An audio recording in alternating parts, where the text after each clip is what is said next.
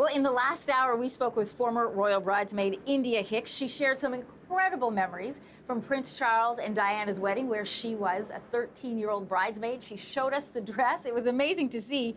But we also spoke with her about her close relationship with the royal family and what they're really like behind closed doors. Well, speaking of the family, their newest member, Meghan Markle, is leaving her home country. She's leaving her career. She's coming into a family, coming into a country where she doesn't really know anyone other than Prince Harry. If she looks to the royal family, who there is someone that she can lean on, learn from, and maybe start to feel like this is my family? You know, I think it's the same for many people who move into a large family or an established family, especially leaving one country to the next. It's tricky, you're having to find your way through.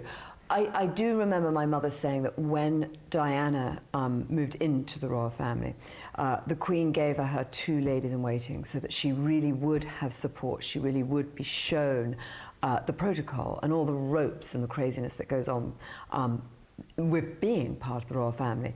So I would anticipate that Meghan is going to get the support that she needs if and when she wants it.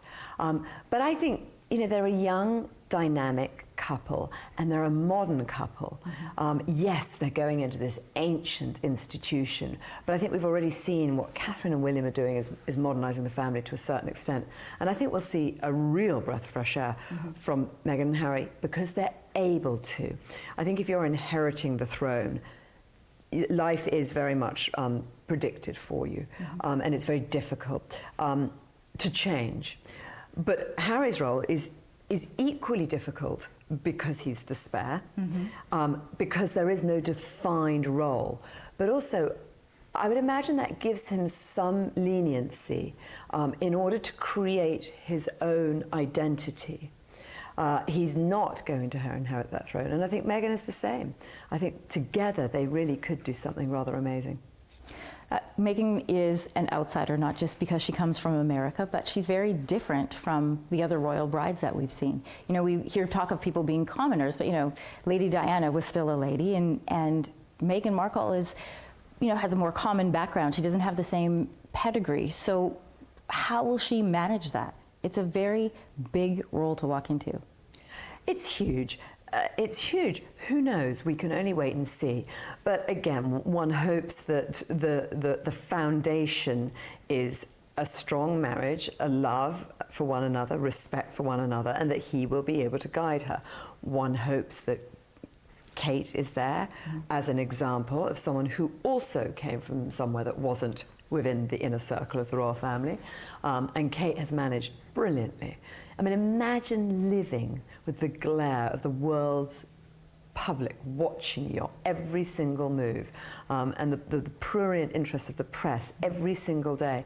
That is hard to maneuver. I think if she's able to find a role that makes her feel fulfilled and worthy, then she'll survive it because she'll feel a sense of confidence. And I think that otherwise it can feel a little on the outskirts, that role. Like, it's not defined, and that's tough. Would that be your advice to Meghan? You run a lifestyle brand, India Hicks, and it's all about empowering women, giving them their voice, helping them to feel strong. What advice would you give to Meghan? I think what we've seen, the hints that we've seen from Meghan so far, is that she is quite an empowered, independent woman who's used to standing on her own two feet, and that is exactly what my business is about. And I've been very lucky in having grown up with an amazing background, but I really wanted to find myself. I didn't want to be the goddaughter of someone or the daughter of someone. I wanted to be myself, and it's taken me a long time to be able to do that. Hopefully, Meghan, being slightly older than Diana for certain, and even Kate, she's had a bit more life experience, so knows a bit more about who she is and what her strengths are. And if she can find those strengths and use them to the good of the platform that she's now been handed, again, it could be fantastic. Thank you. And India Hicks revealed to us yesterday that she thought Prince Charles would be the best choice to walk Meghan Markle down the aisle. And she was right. That was confirmed by Kensington Palace today. Stay with us. Much more royal coverage just ahead.